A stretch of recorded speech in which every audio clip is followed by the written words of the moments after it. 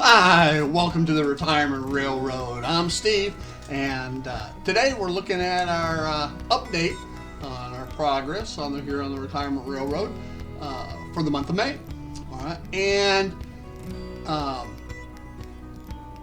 the projects I worked on in May are more in line with what I'll call infrastructure.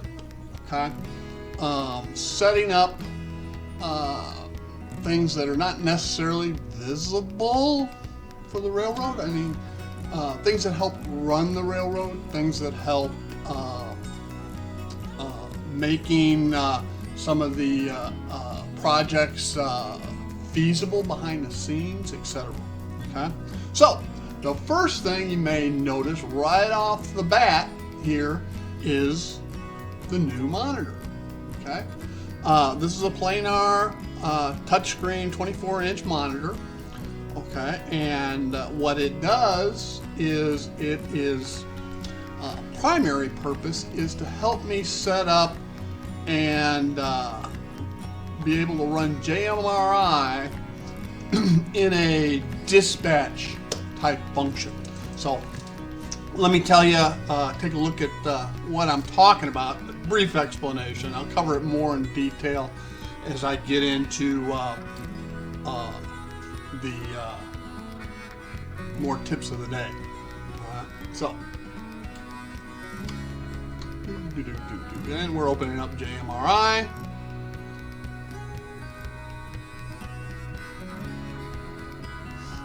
Which is never a fast process. All right, so what we're showing right now is Decoder Pro. This is where JMRI, I can do all the programming to my locomotives here on my test tracks. Okay. In addition, it sets up a Wi-Fi interface. I can turn on track power from here. Okay. I can open up throttles.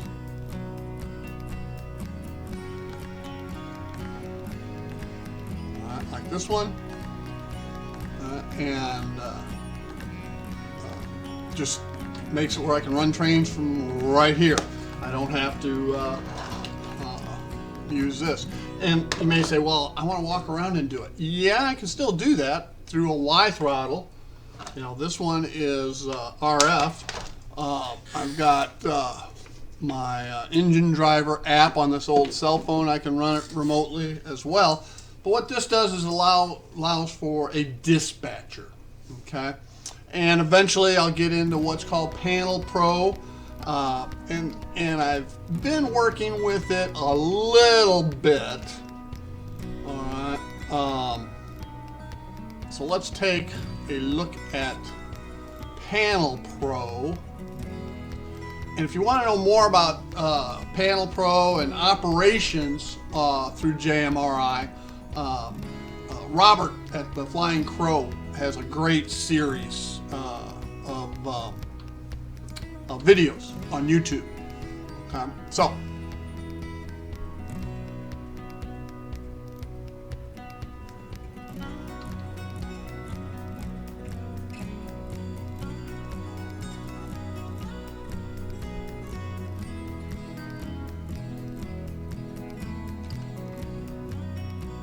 and here on operations, I've put in my Van Buren Street yard.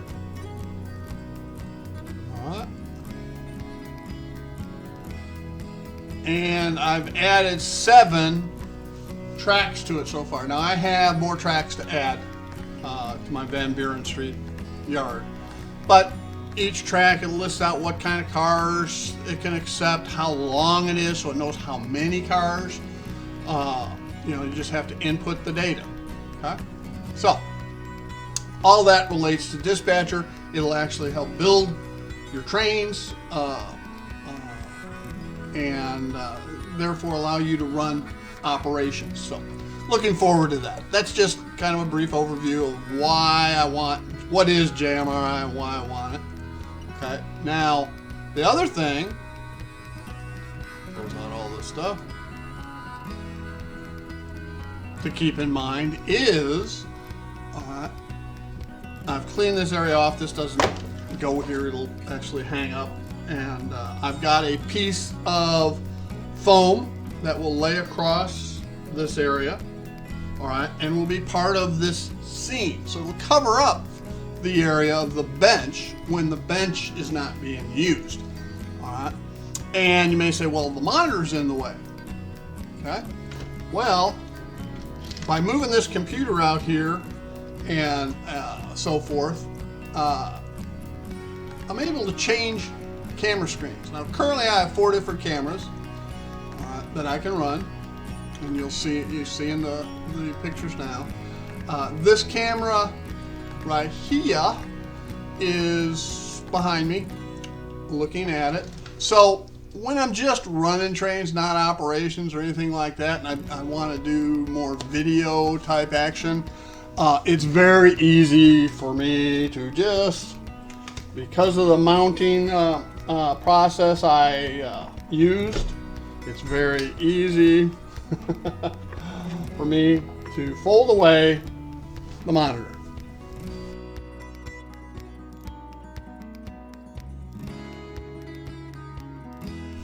And now I have a direct view of the scene, including what will be in this area on the new piece of foam that will sit into place. Okay? So, but yet I still have my other monitor, all right, over on the other side, my 47-inch screen, which when I'm running operations will have a panel showing the layout, and it'll be an interactive panel that, let's move this back, let's change cameras, change cameras back to this one. All right, it'll be an interactive panel that I can use this presentation mouse pointer and simply click on a switch, turn out, and throw the switch via this. So I'm not having to go through, look up what number switch it is, etc. It's just on the layout. I need to change, it shows the status of the switch. I can hit it and change the status. So that should make it very, very easy to run, especially for a conductor running operations or a dispatcher. So those are some of the things that I've done through this infrastructure improvement here in the month of May. All right. Another project I worked on, and I'll swing a camera around so you can take a look at it. And then what I've done here in May, I'll walk you through this process. And I'm not done yet. Okay? I've added this bridge, which is a bridge to nowhere. All right. And what that bridge is for is if I have cameras, all right, back in this area looking in this direction, they'll see this bridge. There will be a divide here with a scene. I'll probably use an N-scale backdrop, a city backdrop on this divide, so that you get the appearance looking from the opposite direction that off behind the bridge somewhere is downtown Chicago. Okay? And that's what you want, what I want. I want that feel. Now, on this side of the bridge, on this divide here, I will have a picture backdrop of the Prudential Building as it appeared in 1965. All right, which was what they called the Rock. Right? And for this Prudential Insurance, it's the Rock, and blah, blah, blah. Okay, but I remember as a little boy going down to the Prudential Building, going up to the top floor, and they called it the Top of the Rock. All right, to look over all of Chicago, because it was by far the largest building of the era. So, then, swinging around, in the month of April, I added some PTF Design flats, and they're back here, and they're lit up. Well,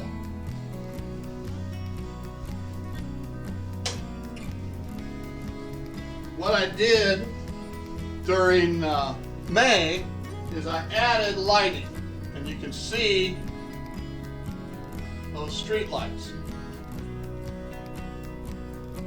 And in addition to the street lights, which should come on momentarily, there is additional lighting up underneath Columbus Avenue there, or Lakeshore Drive, whichever you prefer to call it.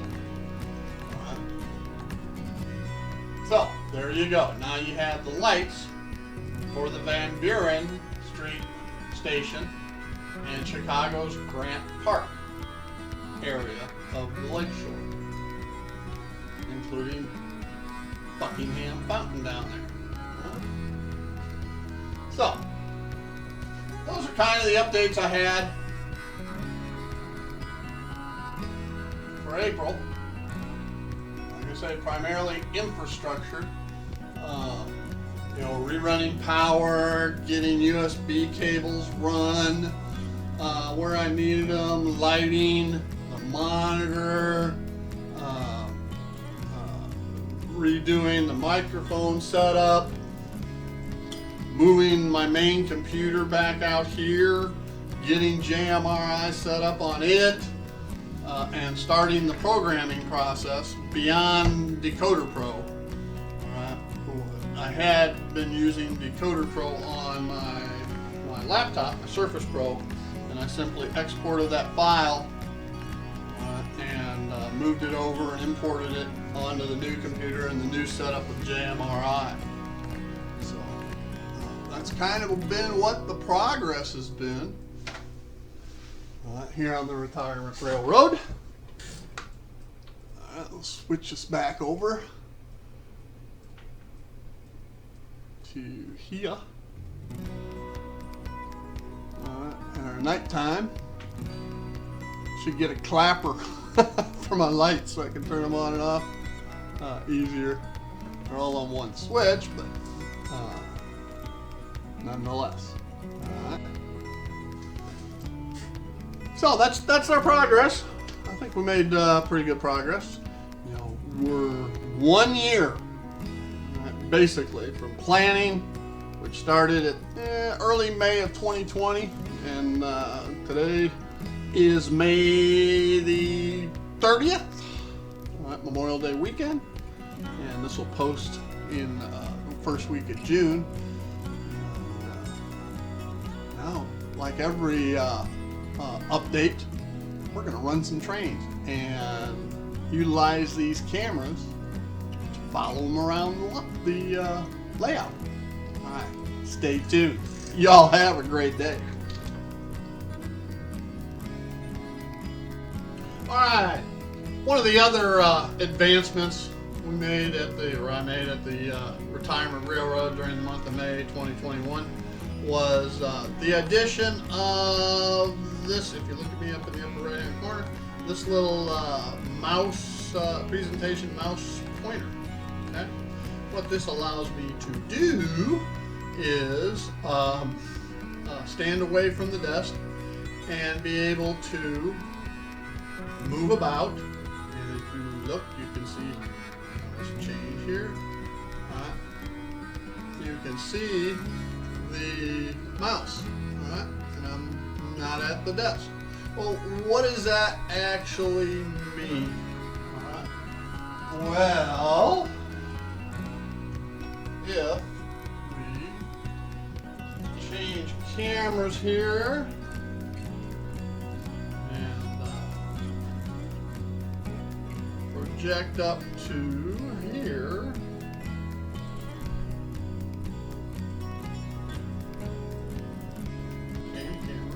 there we go. As you can see on that 47-inch TV up there,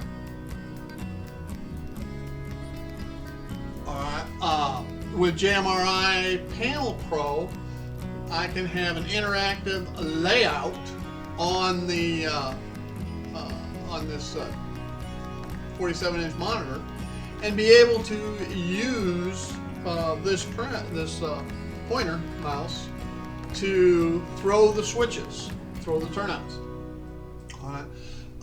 So when working with operations and in teams, as an example, one person can be the engineer, the other person can use this mouse pointer to throw the different switches as necessary.